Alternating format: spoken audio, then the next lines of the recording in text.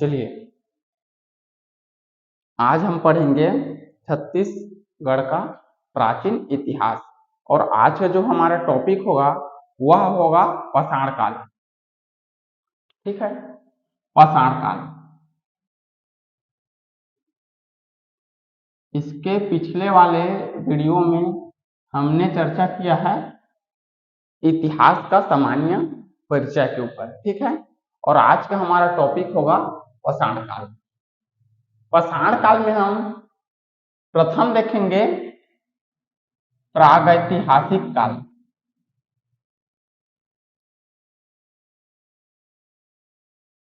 प्रागैतिहासिक काल, इसके अंतर्गत हमें पढ़ना क्या क्या है उसको देखेंगे। पहला जो है हमें इसके अंतर्गत पढ़ना है पूर्व पाषाण काल,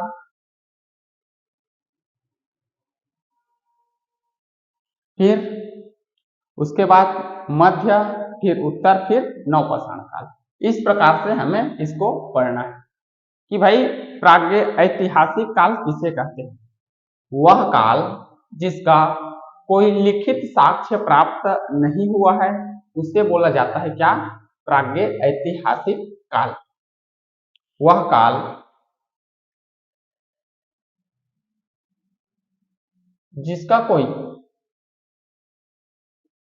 जिसका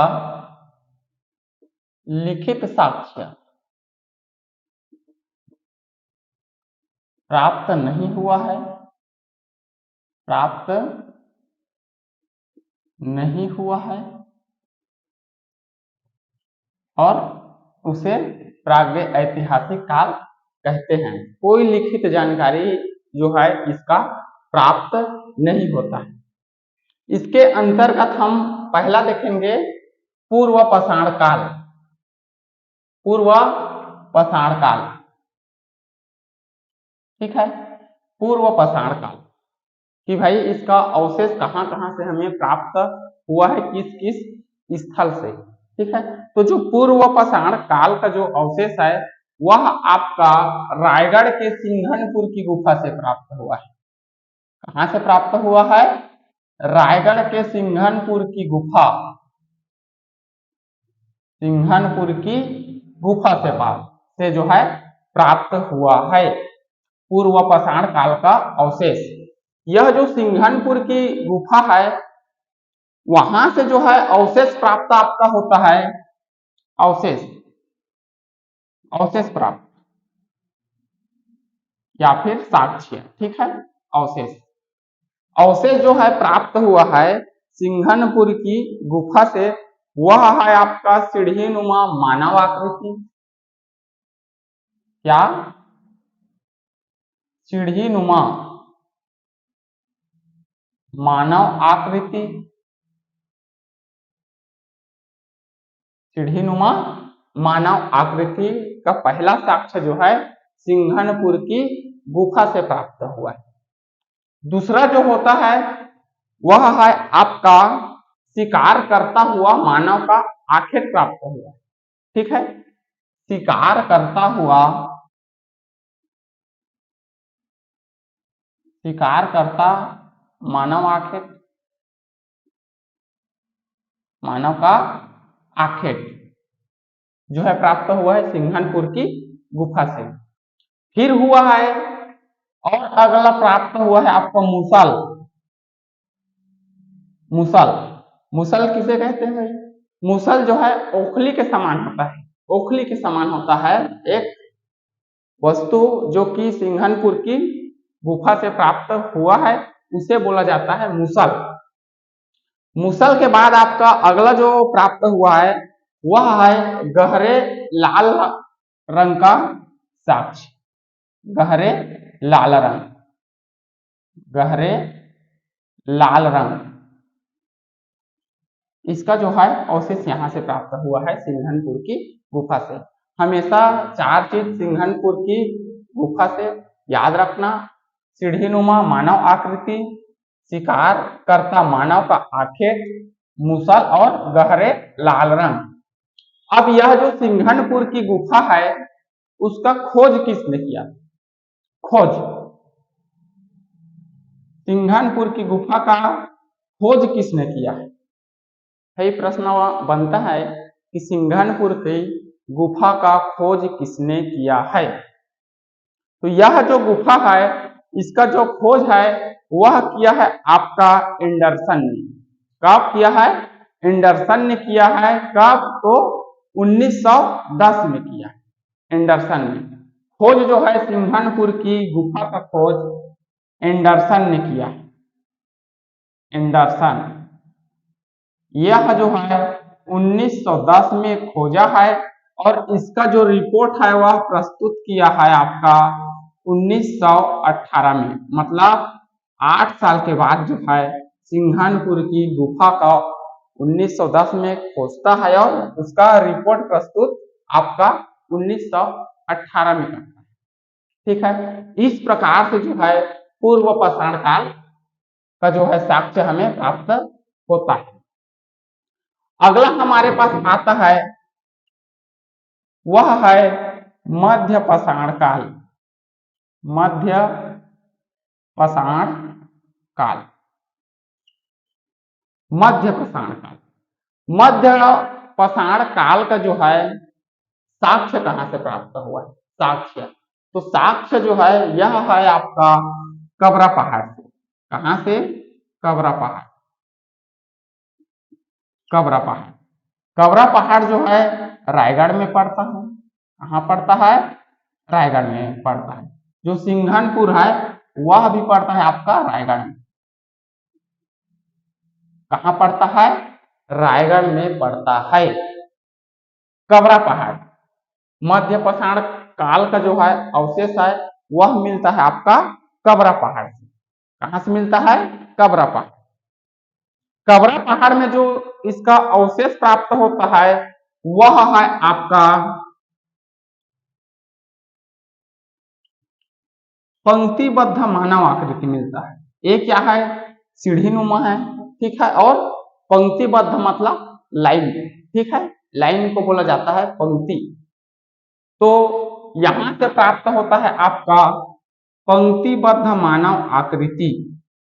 पंक्तिबद्ध मानव आकृति।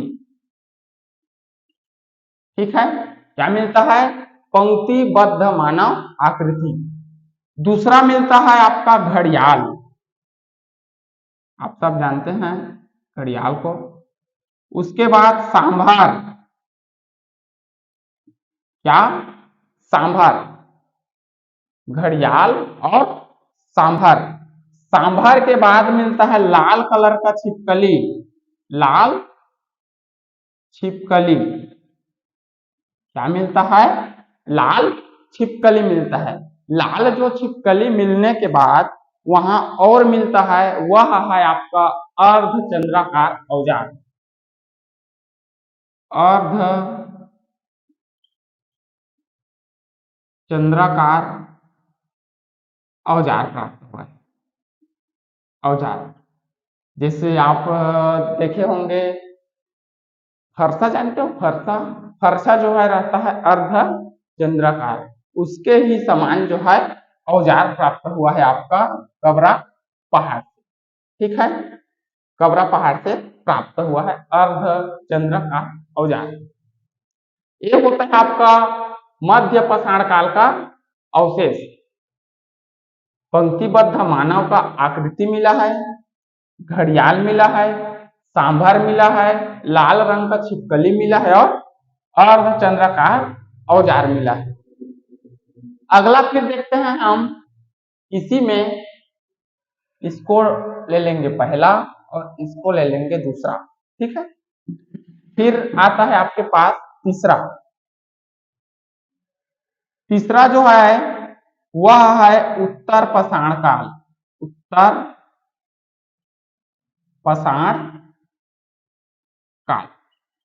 उत्तर पाषाण काल में जो है इसका अवशेष मिलता है। सिर्फ स्थलों का जानकारी यहाँ से मिलता है लेकिन अवशेष का हमें पता नहीं चलता कि क्या क्या अवशेष जो है प्राप्त हुआ था वो। तो यह जो उत्तर पाषाण काल है उसमें आपका अवशेष मतलब नहीं मिलता, इसका केवल स्थान का पता चलता है। स्थान कौन कौन सा भाई? तो इसका जो स्थान है, पहला स्थान उत्तर पाषाण काल में वह है आपका सिंघनपुर ही। क्या? सिंघनपुर की गुफा। फिर उसके बाद महानदी घाटी। महानदी घाटी, यह जो सिंघनपुर और है महानदी, ये आपका पड़ता है रायगढ़ में। कहाँ पड़ता है? रायगढ़ में। उसके बाद और जो है स्थल पड़ता है वह है आपका धनपुर। धनपुर जो कि अभी वर्तमान में गौरेला पिंडरा मरवाही में पड़ता है। गौरेला पिंडरा मरवाही में पड़ता है धनपुर आपका। ठीक है, धनपुर जो है गौरेला पिंडरा मरवाही में वर्तमान टाइम में पड़ता है। इस प्रकार से उत्तर पाषाण काल का स्थल जो है प्राप्त हुए। तीसरा के बाद हमारे पास जो है आता है हमारे पास, वह है आपका चौथा। चौथा चौथा है आपका नवपाषाण काल। क्या?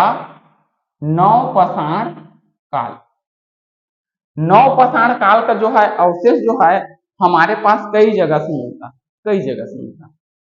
आपका पहला जो मिलता है आपका टेराम से मिलता है स्थल। टेराम, टेराम जो है रायगढ़ में पड़ता है भाई। कहाँ पड़ता है? रायगढ़ में पड़ता है टेराम। यहां से उत्तर पाषाण नवपाषाण काल का साक्ष्य मिला है आपका टेराम से। टेराम के बाद पड़ता है अर्जुनी। क्या? अर्जुनी। अर्जुनी जो है ये पड़ता है आपका बालोद में।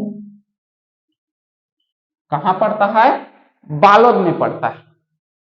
उसके बाद तीसरा है चितवा डुंगरी। चितवा डुंगरी।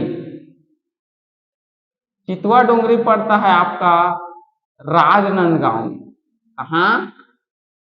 राजनांदगांव में पड़ता है। उसके बाद एक और पड़ता है वह है आपका बोनटीला। बोनटीला, बोनटीला भी पड़ता है आपका राजनांदगांव में। कहाँ पड़ता है? राजनांदगांव में पड़ता है बोनटीला।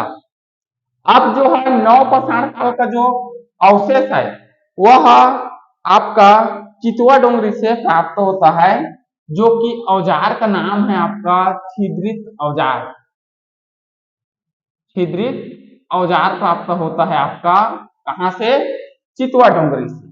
चितवा डोंगरी से छिद्रित औजार प्राप्त होता है और एक हथौड़ा प्राप्त होता है। क्या प्राप्त होता है? हथौड़ा प्राप्त होता है। इस प्रकार से जो है प्राग्ञ ऐतिहासिक काल का जो है अवशेष जो है प्राप्त होते हैं। ठीक है, इसके बाद हम देखते हैं अगला, वह है आपका महापाषाण कालीन घेरे। महापाषाण कालीन घेरे जो कि इसी में उसको पढ़ा जाता है प्राग्ञ ऐतिहासिक काल में। ठीक है, आ रहा है समझ में? आ रहा है? ठीक ठीक, लिख लेंगे इसको, नोट्स बनाते जाएंगे, बहुत अच्छा से आपका रिवाइज होता जाएगा। ठीक है, नोट्स बनाते जाएंगे। चलिए चलिए मिटा देता हूं।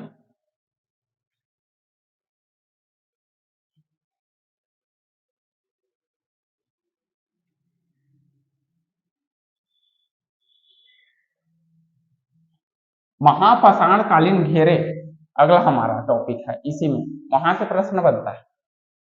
महापाषाण कालीन घेरे,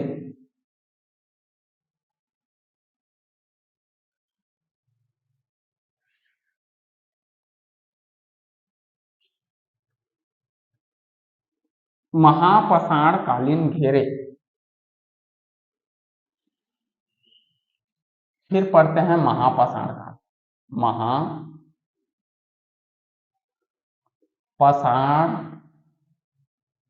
काल क्या है हमारे पास? जो है टॉपिक है वह है महापाषाण काल। महापाषाण काल जो है आपके मिलता है, पहला घेरा मिलता है महापाषाण काल का घेरे, महापाषाण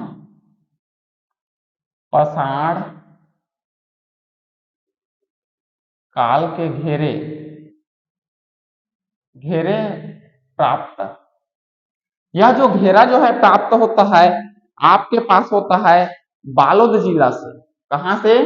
बालोद जिला से प्राप्त होता है। कहां से प्राप्त होता है? बालोद जिला से प्राप्त होता है। बालोद जिला में जगह का नाम है आपका चिरचारी। फिर सोरार, सोरार के बाद प्राप्त होता है आपका करही भदर से। कहां से? करही भदर से। इस प्रकार से 3 जगह जो है बालोद से आपका प्राप्त होता है चिरचारी, सोरार और करही भदर से महापाषाण कालीन घेरे प्राप्त होता है। ठीक है, अगला फिर प्राप्त होता है 500 महापाषाण कालीन घेरे। 500 महापाषाण कालीन घेरे, 500 महापाषाण कालीन अवशेष या फिर घेरे, अवशेष लिखते हैं। ठीक है, अवशेष यह जो है आपके कोंडा गांव से मिला है। कहां से मिला है? कोंडा गांव से मिला है। कोंडा गांव में जगह का नाम है गढ़धनोरा।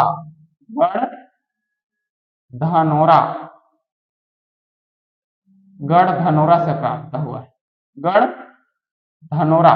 गढ़धनोरा से आपका प्राप्त हुआ है का 500 महापाषाण कालीन अवशेष प्राप्त हुआ है। ठीक है, उसके बाद यह जो 500 महापाषाण कालीन घेरा है उसका खोजकर्ता कौन है? अंतिम में तो हम देखेंगे ही कि प्रमुख खोजकर्ता को, लेकिन इसका खोजकर्ता कौन है? खोजकर्ता कि भाई यह जो अवशेष है कि उसका खोजकर्ता कौन है? खोजकर्ता है आपका J.R.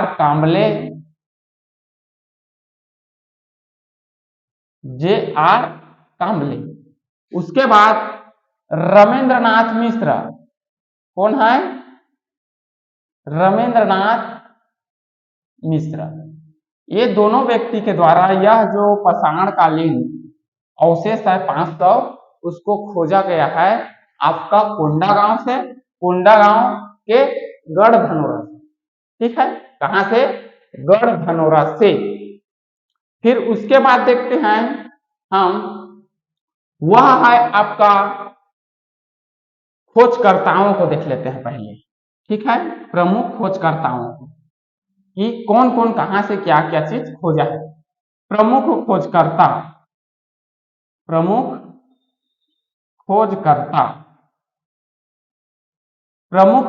खोजकर्ता है वह है आपका पहला जो है आपका सिंघनपुर की गुफा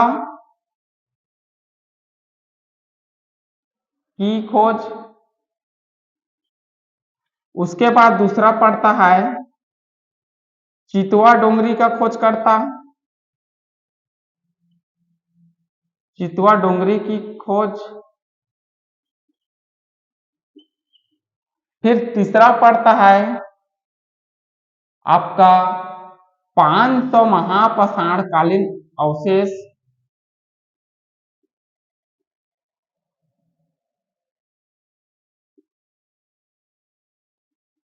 अवशेष के खोजकर्ता।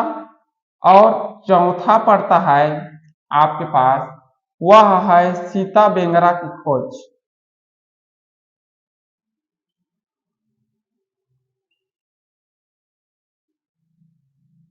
सीता बेंगरा की खोज। यह जो 4 है वो है एकदम IMP है, क्योंकि खोजकर्ता पूछा जाता है पेपर में। ठीक है, खोजकर्ता क्या होता है? पूछा जाता है पेपर में।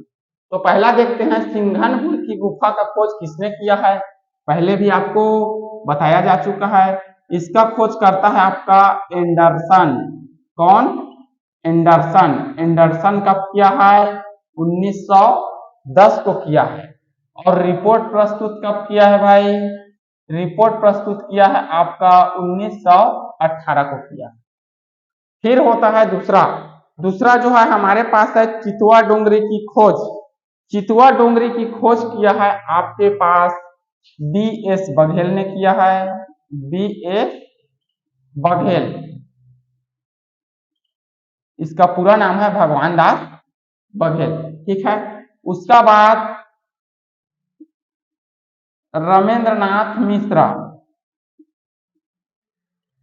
कौन किया है?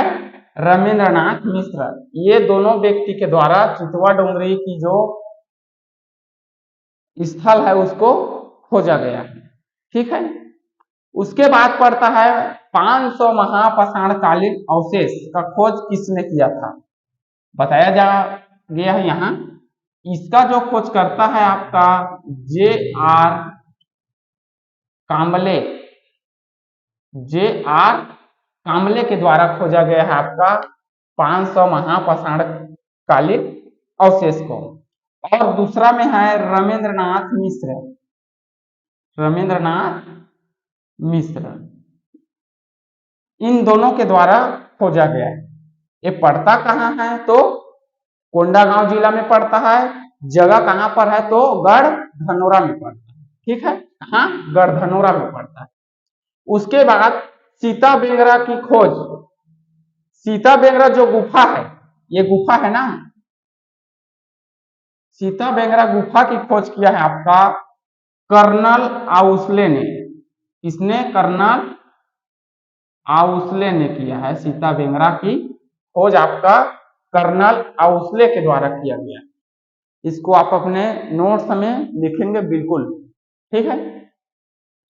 उसके बाद हम पढ़ते हैं, वह है आपका प्रमुख जो है तथ्य को पढ़ा जाता है, जहां से प्रश्न बनता है। तो हम जो है देखेंगे प्रमुख तथ्य या फिर अन्य तथ्य को, ठीक है। पाषाण काल में क्या क्या प्रश्न उससे बनता है उसको।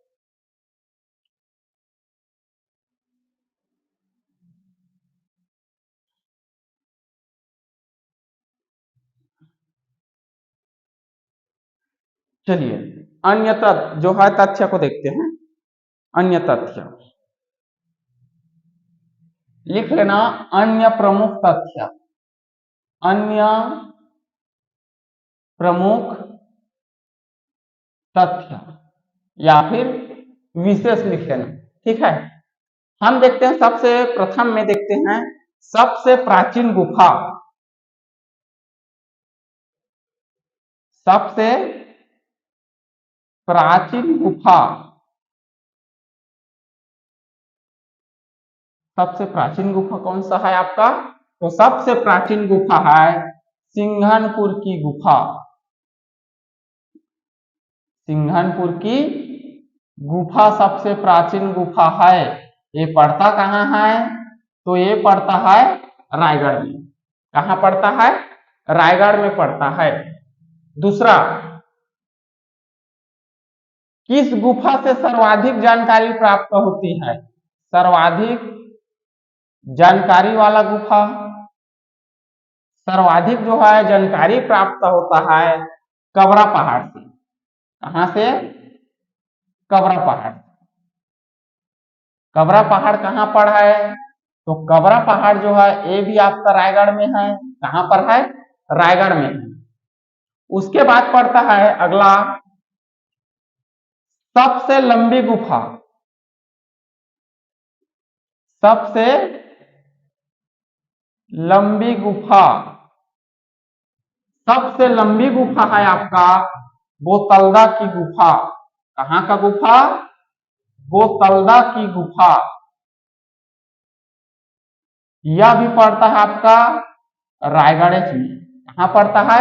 रायगढ़ में ही पड़ता है आपका बोतलदा का गुफा। उसके बाद अगला पड़ता है सबसे गहरी गुफा। सबसे गहरी गुफा, सबसे गहरी जो है गुफा है वह है हमारे यहाँ का कुटुम सर की गुफा। कहाँ का? कुटुमसर की गुफा। यह जो है पड़ता है आपका बस्तर में। कहाँ पड़ता है? बस्तर में आपका पड़ता है कुटुमसर की गुफा। ठीक है। अगला बात, अगला जो हम देखते हैं, किसे शैलाश्रयों का गढ़ कहा जाता है? शैलाश्रयों का गढ़।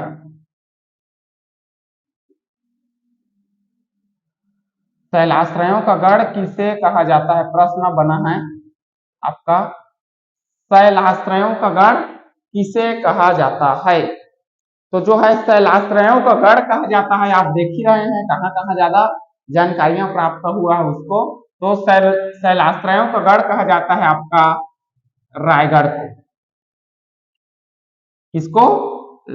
जो है रायगढ़ को कहा जाता है शैलाश्रयों का गढ़, क्योंकि वन लाइनर जो है प्रश्न में ये सब बना है पहले। ठीक है। उसके बाद देखते हैं रायगढ़ के अन्य स्थल के बारे में। रायगढ़ जिला के अन्य स्थल, रायगढ़ का अन्य स्थल, रायगढ़ जिले के अन्य स्थल, अन्य स्थल, अन्य जो स्थल है रायगढ़ जिला में उसको हम पढ़ते हैं रायगढ़ जिला का अन्य स्थल में। ठीक है, चलिए पढ़ते हैं रायगढ़ जिला का अन्य स्थल। रायगढ़ जिला का अन्य जो है स्थल है आपका कर्मागढ़, कर्मागढ़, बसनाझर, कर्मागढ़, बसनाझर, उंगना, उगना। ठीक है। फिर है उगना के बाद आपका आता है गीधा, फिर है सोनबरसा, गीधा के बाद सोनबरसा। कहाँ? सोनबरसा। सोनबरसा के बाद आता है भंवरखोल। कहाँ? भंवरखोल। भंवरखोल के बाद छापा मारा, फिर आता है लेखाभाड़ा। कहाँ? लेखाभाड़ा। कर्मागढ़, बसनाझर, उगना, गीधा, सोनबरसा, भंवरखोल, छापा मारा और लेखाभाड़ा। लेखाभाड़ा के बाद आता है आपका बेनीपार। कहाँ?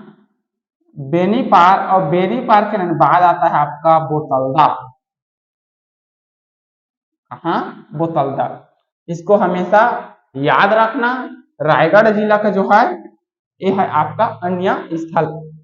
इस जगह से भी कुछ कुछ अवशेष प्राप्त हुआ है जिसका वर्णन नहीं किया गया है, लेकिन अवशेष प्राप्त हुआ है। ठीक है। ये रहा आपका पूरा का पूरा पाषाण काल वाला कहानी। क्या रहता है? पाषाण काल वाला ये रहता है आपका कहानी। अगला हम पढ़ते हैं, वह पढ़ते हैं आपका आद्य ऐतिहासिक काल। यहाँ तक आपका होता है कंप्लीट, आपका प्राग्ञ ऐतिहासिक काल आपका पूरा यहाँ तक कंप्लीट होता है। अगला जो हम पढ़ते हैं वह पढ़ते हैं आपका आद्य ऐतिहासिक काल, लेकिन उसको हमारे यहाँ पढ़ना वढ़ना नहीं रहा, क्योंकि आद्य ऐतिहासिक काल में क्या हुआ है? सिंधु घाटी सभ्यता का वर्णन किया गया है। तो सिंधु घाटी सभ्यता जो है हमारे यहाँ का जो है उसमें किसी प्रकार का वर्णन नहीं किया गया है छत्तीसगढ़ से रिलेटेड। ठीक है, चलिए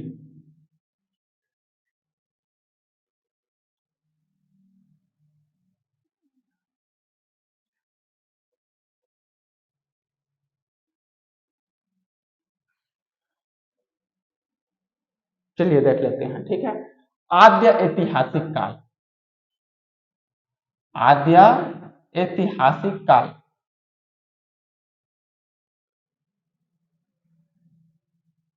आद्य ऐतिहासिक काल, इसको देखते हैं।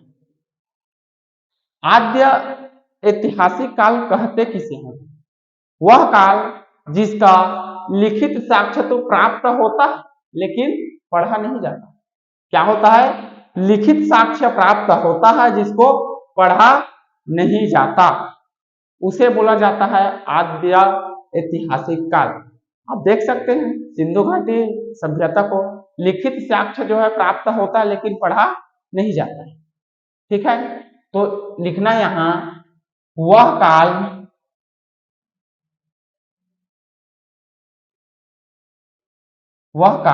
जिसमें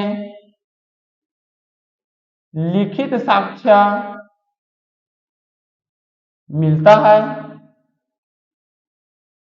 लेकिन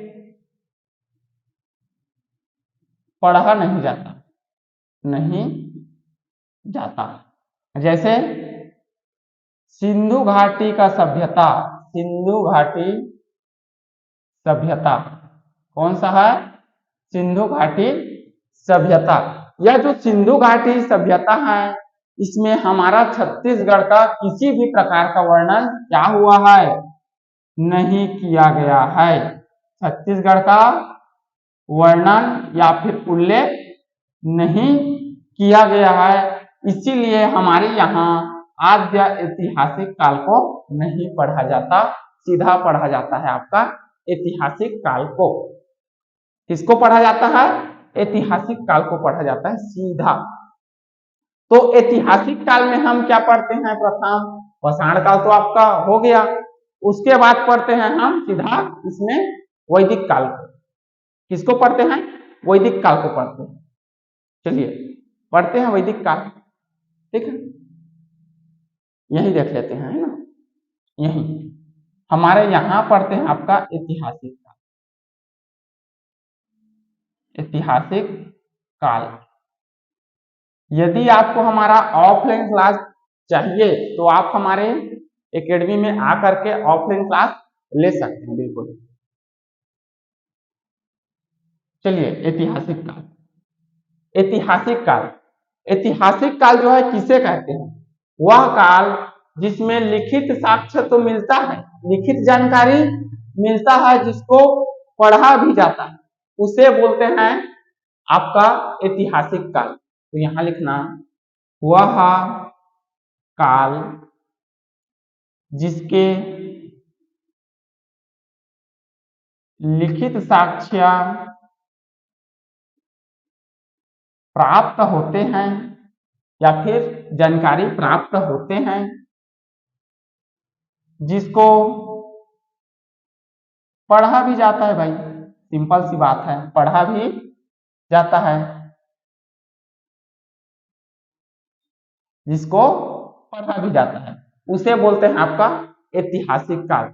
ऐतिहासिक काल में हमें पढ़ना है आपका वैदिक काल। किसको पढ़ना है? वैदिक काल को पढ़ना है। वैदिक काल, ठीक है, वैदिक काल। वैदिक काल जो है दो भाग में बटा हुआ है। कितने भाग में बटा हुआ है? दो भाग में बटा हुआ वैदिक काल। एक होता है आपका ऋग्वैदिक काल और दूसरा जो होता है आपका वो होता है आपका उत्तर वैदिक काल। उत्तर वैदिक काल क्या होता है? उत्तर वैदिक काल। वैदिक काल का आपका टाइम रहता है 1500 से आपका 600 ईसा पूर्व। कहां तक रहता है? 1500 से 600 ईसा पूर्व तक रहता है। ऋग्वैदिक काल का टाइम रहता है 1500 से 1500 ईसा पूर्व से आपका रहता है 1000 तक। कहां तक? 1000 तक रहता है। उत्तर वैदिक काल का टाइम रहता है वह है 1000 से आपका 600 ईस्वी तक। कहां तक? 600 तक रहता है उत्तर वैदिक काल का टाइम। ठीक है, ऋग्वेद काल में हम पढ़ते हैं वेदों के बारे में, कि जो है हम पढ़ते हैं क्या? वेदों के बारे में। वेदों के बारे में हम ऋग्वैदिक काल में पढ़ते हैं, लेकिन ऋग्वैदिक काल में क्या हुआ है? उसमें छत्तीसगढ़ का वर्णन नहीं हुआ है, इसीलिए हम ऋग्वेदिक काल को भी क्या करते हैं, नहीं पढ़ा जाता है, क्योंकि छत्तीसगढ़ का वर्णन नहीं है इसमें ना, छत्तीसगढ़ का वर्णन नहीं है ऋग्वेदिक काल। अब देखते हैं दूसरा उत्तर वैदिक काल। उत्तर वैदिक काल में क्या हुआ है, छत्तीसगढ़ का वर्णन हुआ है उत्तर वैदिक काल में। क्या है देखो उत्तर वैदिक काल, उत्तर वैदिक में क्या हुआ, आर्यों का जो आगमन है, आर्यों का आगमन मध्य भारत तक होता है। कहां तक होता है, मध्य भारत तक होता है। और इस मध्य भारत में हम भी आते हैं ना, हम भी आते हैं। कौन आता है आपका, छत्तीसगढ़ आता है। कौन आपका आता है, छत्तीसगढ़ आता है। इसीलिए क्या हुआ है, इसमें छत्तीसगढ़ का वर्णन हुआ है आपका उत्तर वैदिक काल में। ठीक है, तो उत्तर वैदिक काल में छत्तीसगढ़ का जो है वर्णन हुआ है, वह है आपका एक ग्रंथ से हुआ है। इससे हुआ है, एक ग्रंथ से हुआ है। उस ग्रंथ का नाम है आपका शतपथ ब्राह्मण। शतपथ ब्राह्मण नामक एक ग्रंथ था। उस ग्रंथ में जो है कहा गया है आपका नर्मदा नदी को रेवा नदी कहा गया। किसके नाम पर उल्लेख हुआ है, रेवा नदी के नाम पर। उसके रेवा नदी का नाम है आपका नर्मदा नदी, नर्मदा नदी। इसके रूप में हुआ है आपका, क्या हुआ है, वर्णन हुआ है, रेवा नदी जो है नर्मदा नदी। ठीक है, उसके बाद क्या हुआ है अगला, इसी उत्तर वैदिक काल में, आगे आपको बता चुका हूं मैं, उत्तर वैदिक काल में वेदों में, हाँ वेदों में क्या हुआ है, बस्तर का नाम क्या पड़ा है, वेदों में बस्तर का नाम पड़ा है आपका दक्षिक दिक। क्या पड़ा है, दक्षिक दिक पड़ा है। बस्तर का नाम पड़ा है क्या, दक्षिक दिक पड़ा है। ठीक है, वैदिक काल में जी, वेदों में नहीं, वैदिक काल में बस्तर का नाम, वैदिक काल में बस्तर का नाम पड़ा है आपका दक्षिक दिक पड़ा है, वह है आपका उत्तर वैदिक काल में। ठीक है, उत्तर वैदिक काल में जो है पड़ा है आपका बस्तर का नाम दक्षिक दिक। इस प्रकार से जो है ऐतिहासिक काल का जानकारी हमारे यहाँ क्या होता है, प्राप्त होता है। क्या होता है, प्राप्त होता है। तो आप लोग को समझ में आ गया होगा इतना चीज, है ना। ठीक है, मिलेंगे हम अगला वीडियो में। अगला जो हमारा लेक्चर होगा वह होगा आपका रामायण काल से। किससे, रामायण काल, क्योंकि आपका जो पूरा है वो है ऐतिहासिक काल तक आज खत्म होता है। अगला मिलेंगे हम रामायण काल में। ठीक है, कहां पर, रामायण काल में। हमारे संस्था के द्वारा एक चीज और बता दिया हूं मैं, हमारे संस्था के द्वारा कंप्यूटर का क्लास, जो कि हॉस्टल वार्डन के लिए इम्पोर्टेंट है, उसके लिए डेली आपको वीडियो प्रोवाइड किया जा रहा है। तो आप वीडियो को डेली आप देखेंगे। हमारा भी जहां तक कोशिश है कि आपको छत्तीसगढ़ का जो क्लास है वह डेली मिल जाए। ठीक है, तो हमारे चैनल को बिल्कुल आप सब्सक्राइब करके रखेंगे। ठीक है, बिल्कुल। तब तक के लिए धन्यवाद। मिलते हैं अगला वीडियो में रामायण काल वाला कहानी में। ठीक है, चलिए।